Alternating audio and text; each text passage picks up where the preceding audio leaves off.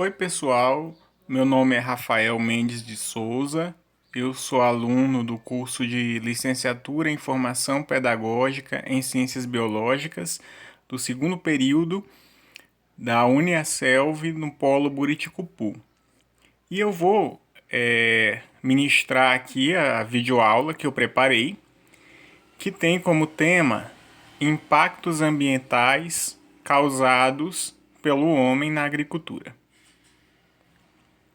Bom, esse tema é bastante abrangente, daria praticamente uma disciplina, mas eu vou tentar falar de forma bastante simples para que dê para entender e de forma superficial, apontando os principais tópicos que nós precisamos abordar, né? Então eu separei aqui esses tópicos, considerando principalmente a nossa realidade local, ou seja, a nossa região, que é a região dos trópicos. Então nós temos como tópicos da aula os trópicos úmidos, recursos naturais dos trópicos úmidos, a baixa fertilidade do solo, a agricultura itinerante e soluções para a crise. Bom, então eu falo aqui de trópicos úmidos, mas o que seriam esses trópicos úmidos? Os trópicos úmidos são as regiões tropicais ali próximas ao Equador. Então, toda a região tropical chuvosa é incluída dentro desses trópicos úmidos. Toda a região que está entre os trópicos, nas proximidades do Equador. Então, são regiões que têm como característica um período chuvoso bastante intenso e um período já mais de estiagem. Bom, o que nós temos de característica marcante nessas regiões? Nós temos uma grande biodiversidade das florestas primárias. Então, as florestas com maior riqueza de espécies, com maior número de espécies, estão nos trópicos úmidos, nas regiões tropicais úmidas, né? Então, nós temos uma grande diversidade de espécies de plantas e animais. Então, em nenhum outro lugar do mundo nós encontramos uma biodiversidade tão grande quanto nas florestas primárias dos trópicos úmidos. E nós temos tanto uma grande diversidade de espécies, ou seja, tipos de espécies diferentes, quanto quantidade, que é o que eu chamo em ecologia de abundância. Então eu tenho uma grande abundância também, uma grande quantidade. Não preciso falar aqui da quantidade de espécies animais, né? E também, mas é interessante falar da quantidade de espécies vegetais. E nós temos uma grande biomassa vegetal que pode se desenvolver na região dos trópicos graças às condições favoráveis, né? Nos trópicos, nós não temos problemas relacionados à baixa luminosidade. Nós temos uma alta incidência de radiação solar e temos água disponível. Então eu tenho luz e água disponível. Com isso eu consigo um grande crescimento vegetal. É por isso que nos trópicos eu tenho uma grande diversidade vegetal. E uma grande abundância também, né? Uma grande produção primária, né? Nós temos aí plantas realizando fotossíntese de forma muito fácil, graças à grande disponibilidade de luz. E eu tenho uma grande produção de biomassa vegetal, tanto na parte aérea quanto em produção de raízes. Então, nos trópicos úmidos, as condições ambientais que eu tenho são essas. Então, eu tenho disponibilidade de água, então eu tenho umidade suficiente para o desenvolvimento dos organismos. Eu tenho temperaturas ideais. Então, as temperaturas dos trópicos elas são adequadas para o desenvolvimento da maior parte dos organismos. Então, uma grande diversidade de organismos consegue se desenvolver nas condições de temperatura dos trópicos.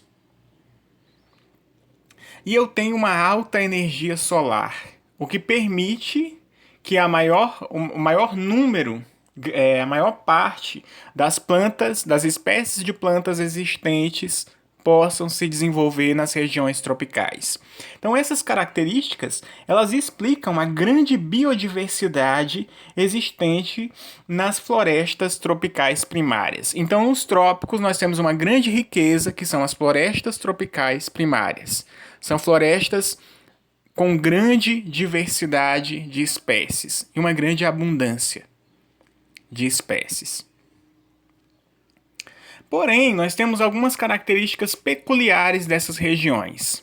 A maior parte das regiões tropicais apresenta solos de baixa fertilidade natural. Então, cerca de 80% dos solos dos trópicos são considerados de baixa fertilidade.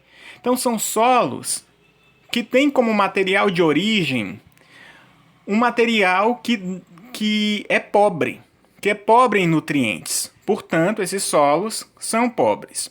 Então, esses solos são normalmente solos ácidos, solos que apresentam pouca quantidade de nutrientes, né, que a gente chama de CTC, capacidade de troca catiônica.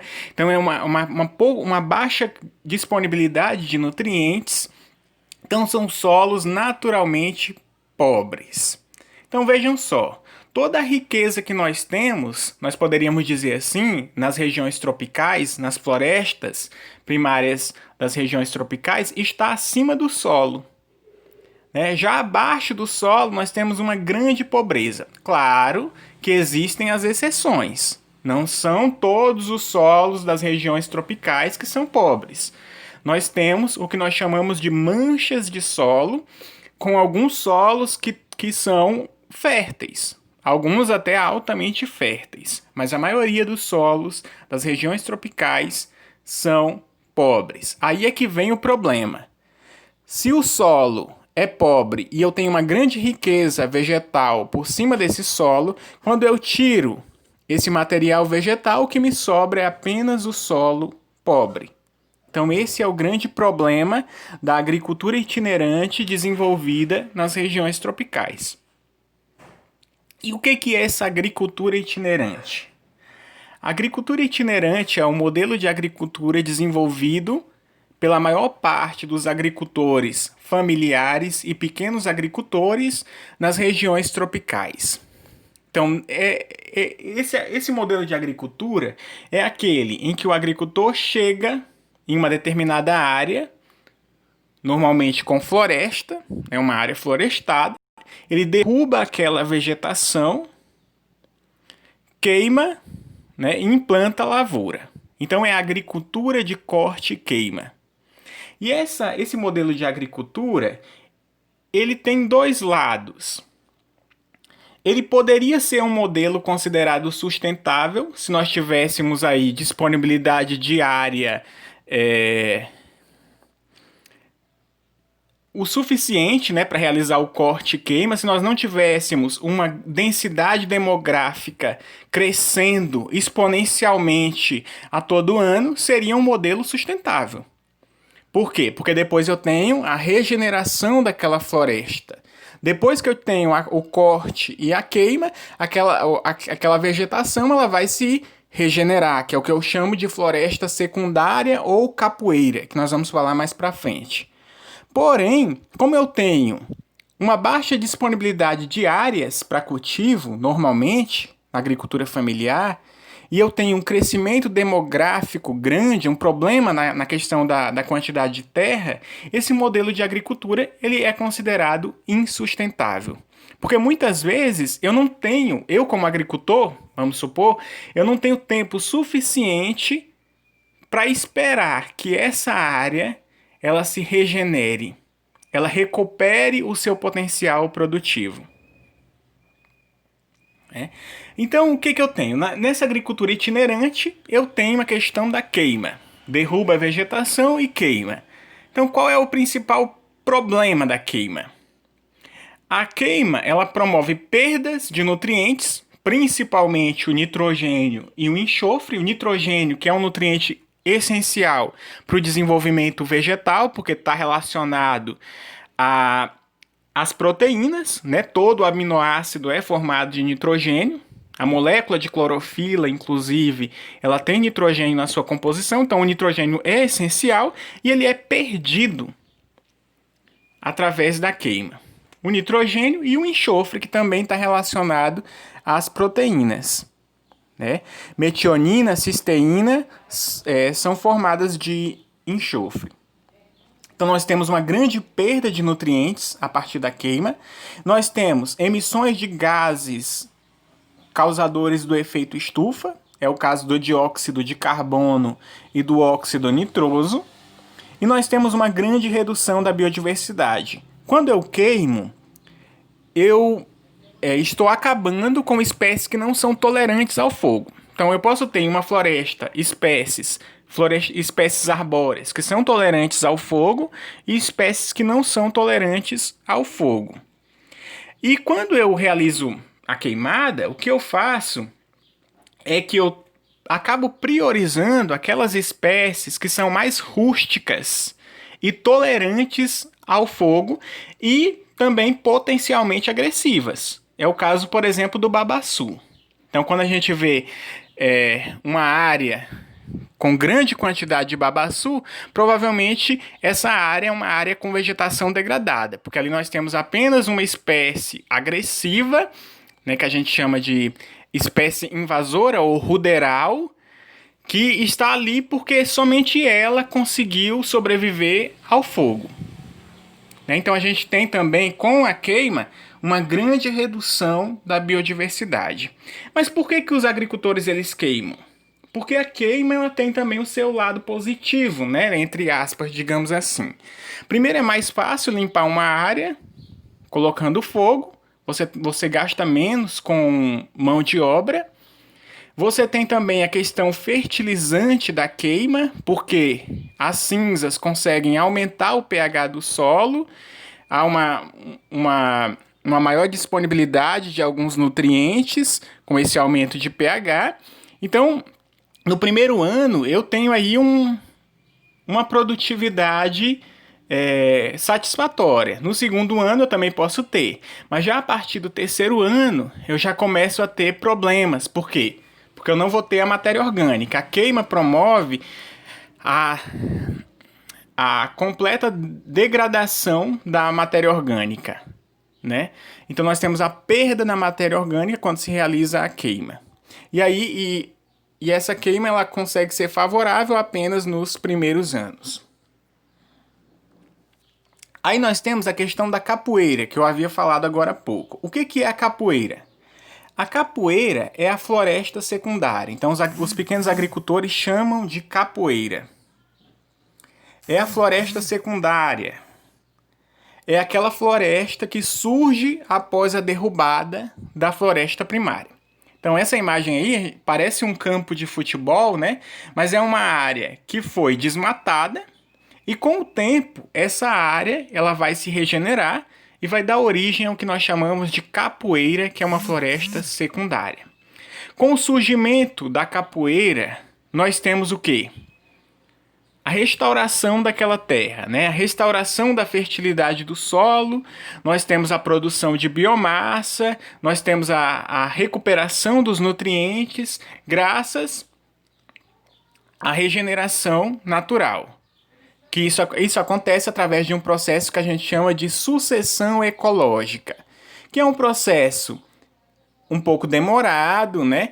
E que todo agricultor ele realiza. Então, o agricultor ele sabe que deixar a área em pousio consegue recuperar as propriedades daquele solo, consegue restaurar a fertilidade. Mas muitas vezes o agricultor, infelizmente, ele não tem tempo de deixar aquela área no pousio por 4 anos. Pousio que eu falo é sem implantar a lavoura. Então o agricultor ele não consegue ficar 4, 5 anos ou mais tempo sem implantar a lavoura naquela área para que ela possa se recuperar.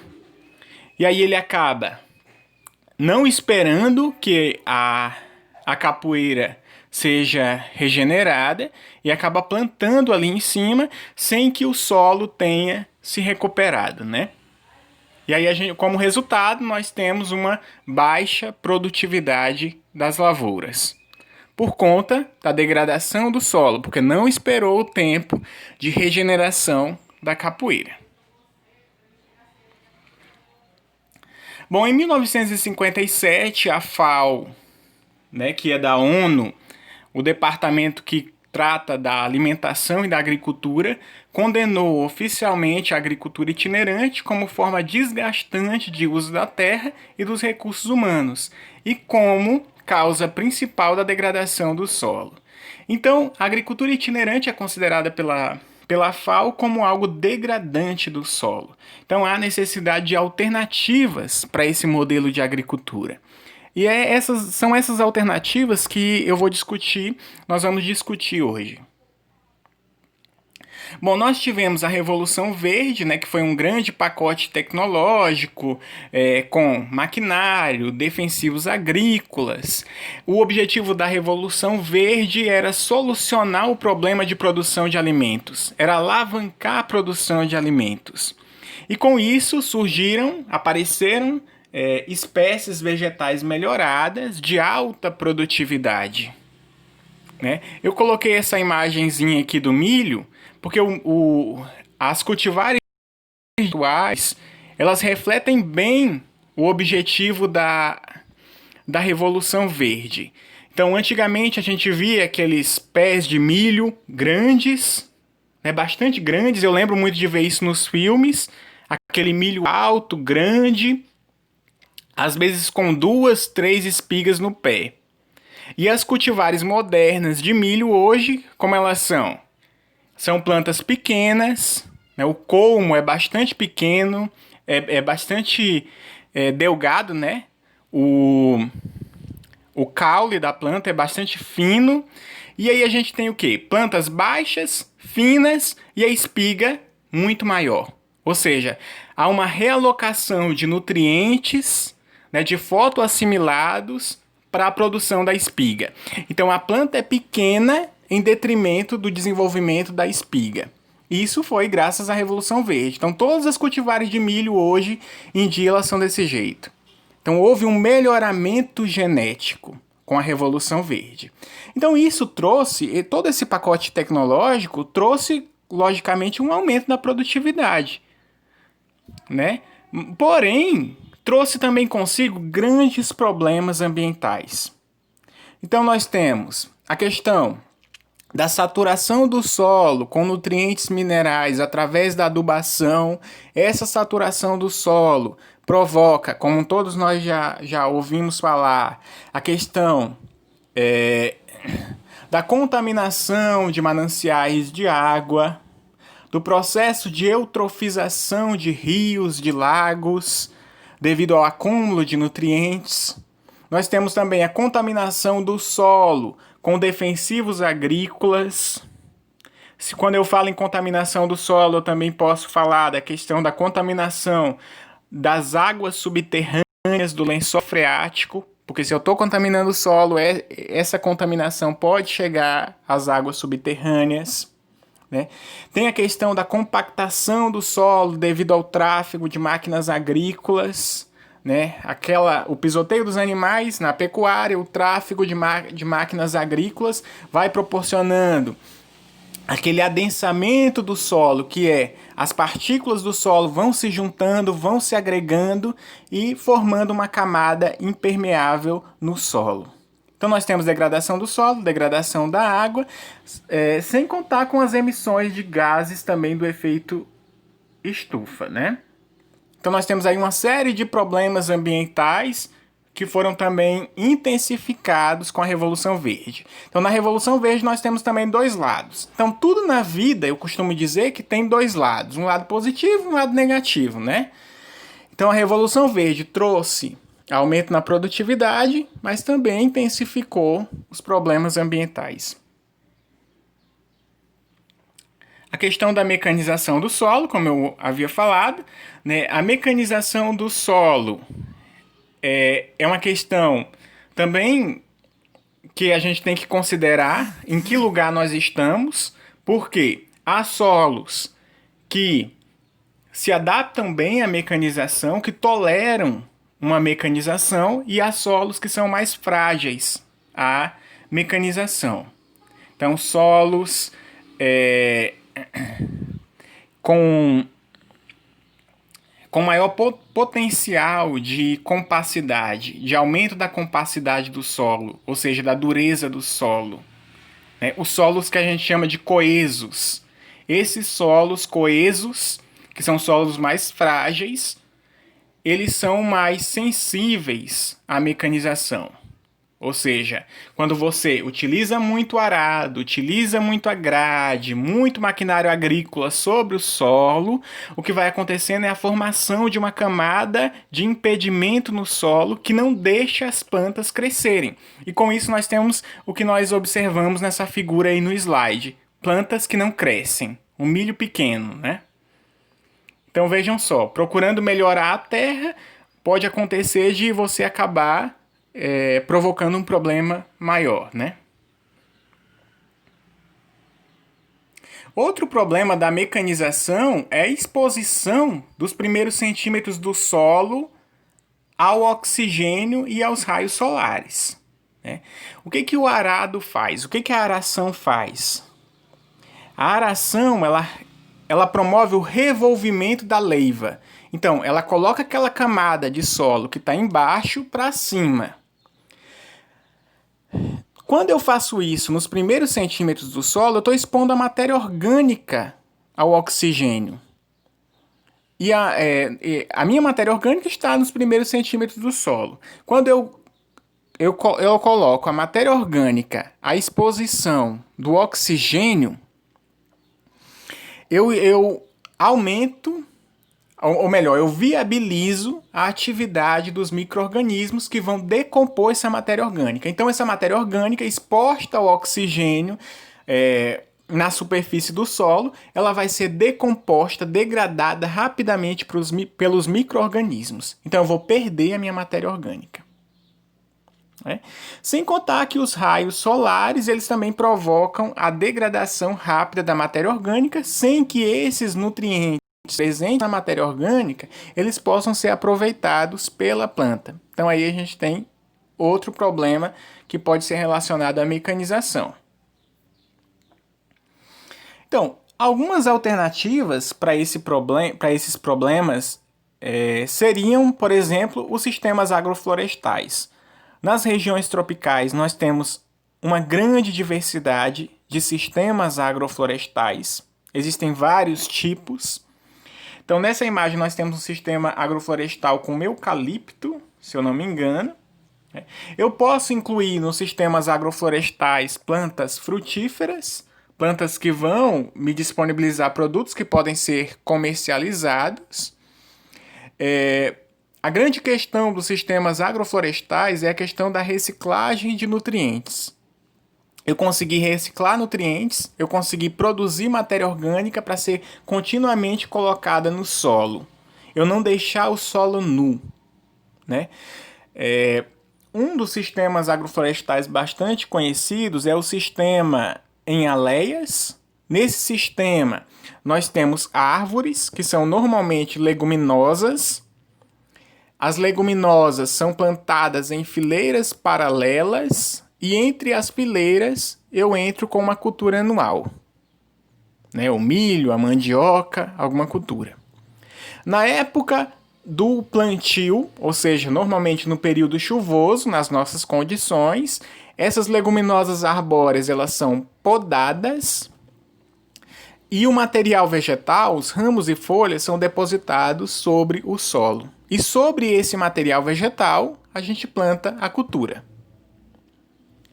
Então, a cultura ela vai se beneficiar dos nutrientes existentes naquele material vegetal. É isso que a gente chama de adubação verde. Então, a adubação verde é quando eu utilizo material vegetal, vivo ou morto, para melhorar as propriedades do solo e promover um maior crescimento da minha cultura. Então, com esse sistema, eu tenho a reciclagem de nutrientes. Então, eu tenho as leguminosas. Qual é a importância das leguminosas? O que são leguminosas? Leguminosas são plantas que apresentam nódulos em suas raízes, e nesses nódulos nós temos bactérias que são capazes de fixar o nitrogênio atmosférico. Então, com isso, quando eu utilizo leguminosa no sistema agroflorestal, eu consigo reduzir a demanda por adubo nitrogenado. Então, o agricultor ele não precisa comprar tanto adubo nitrogenado, porque o próprio sistema fornece esse adubo. Então, é uma alternativa bastante promissora, né? Uma alternativa válida para resolver esses problemas nas regiões tropicais. E nós temos aí várias modalidades de sistemas agroflorestais, né? Sistemas que utilizam café, cacau, plantas frutíferas, né?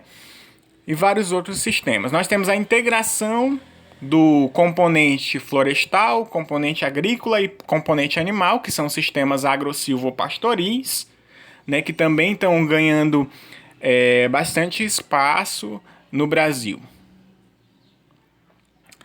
Nós temos também a questão da roça melhorada, porque muitas vezes implantar um sistema agroflorestal pode ser caro para o agricultor.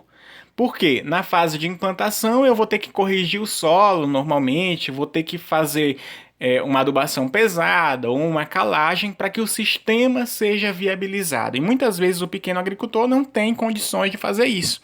Então seria mais válido para o pequeno agricultor, por exemplo, em determinado caso, melhorar o sistema que ele já tem. Então, qual seria o objetivo disso? O objetivo seria maximizar os lucros ecológicos pela regeneração da capoeira, por exemplo. Então, como que eu vou melhorar a utilização da capoeira, que é a minha floresta secundária, e que tem um potencial de melhorar a minha fertilidade do solo? Eu tenho que levar em consideração a idade dessa capoeira, né?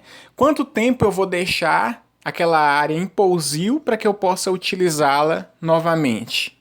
Essa é a grande pergunta. Quanto tempo é necessário para restaurar a fertilidade do solo?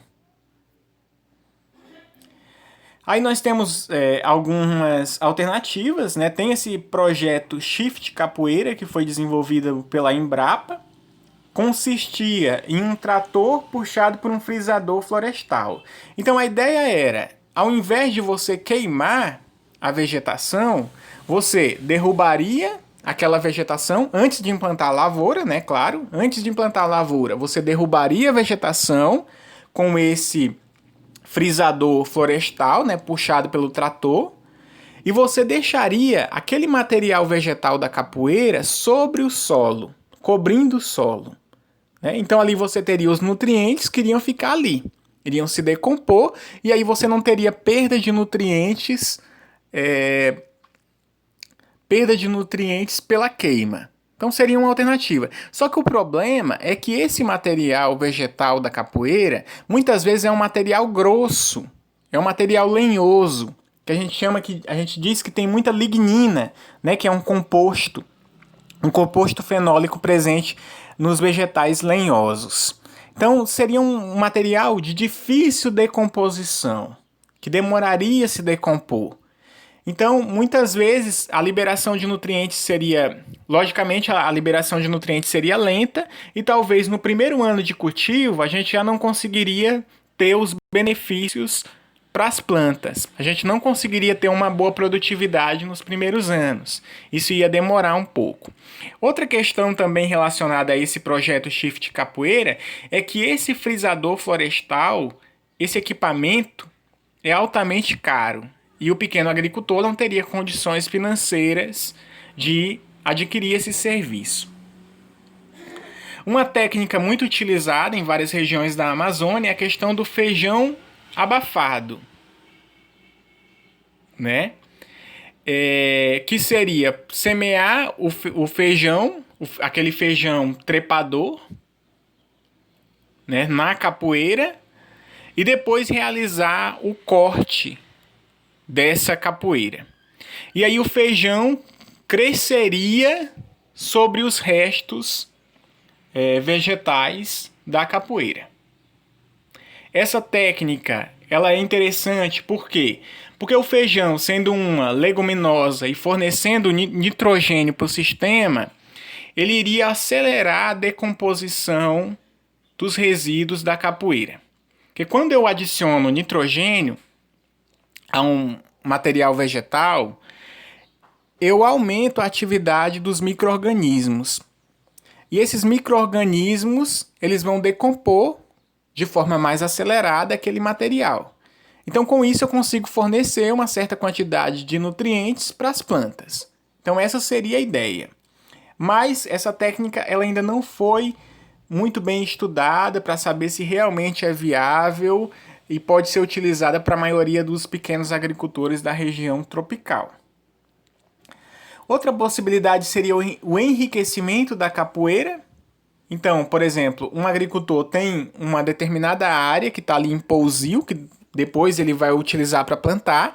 Ele poderia enriquecer essa área com outras espécies, por exemplo, espécies com fins ecológicos, por exemplo, leguminosas. Ele plantaria mudas dessas espécies e com isso haveria então a melhoria da qualidade do solo e aí ele poderia reduzir o tempo de pousio, né? Seria uma ideia. E também a questão da roça seletiva, que ao invés de cortar toda a vegetação da capoeira para a implantação da lavoura, o agricultor ele poderia deixar determinadas espécies que apresentam funções ecológicas específicas. Por exemplo, uma espécie leguminosa nativa, né, uma palmeira, né, espécies que têm resíduos que se decompõem de forma mais rápida, outras mais lenta. Então ele não derrubaria todas as espécies, todos os indivíduos da área, derrubaria apenas alguns, seria a roça seletiva. Então são algumas possíveis alternativas, mas que necessita, né, de mais pesquisa, né, para que a gente possa indicar qual a melhor forma, a melhor alternativa para o pequeno agricultor da região, não é? Então, resumindo, a agricultura familiar, tanto a agricultura familiar, como nós podemos ver, e também os grandes agricultores, o agronegócio, podem promover grandes impactos ambientais através de sua atividade. Mas há aí algumas alternativas que podem ser utilizadas e que também, logicamente, merecem mais pesquisas, né, para que possam ser apresentadas para esses agricultores. Muito obrigado pela atenção de todos. Essa aqui é a minha referência do professor Christoph Gehring, da UEMA. Né? Está nesse livro Desenvolvimento Rural como forma de ampliação dos direitos no campo. Então, muito obrigado.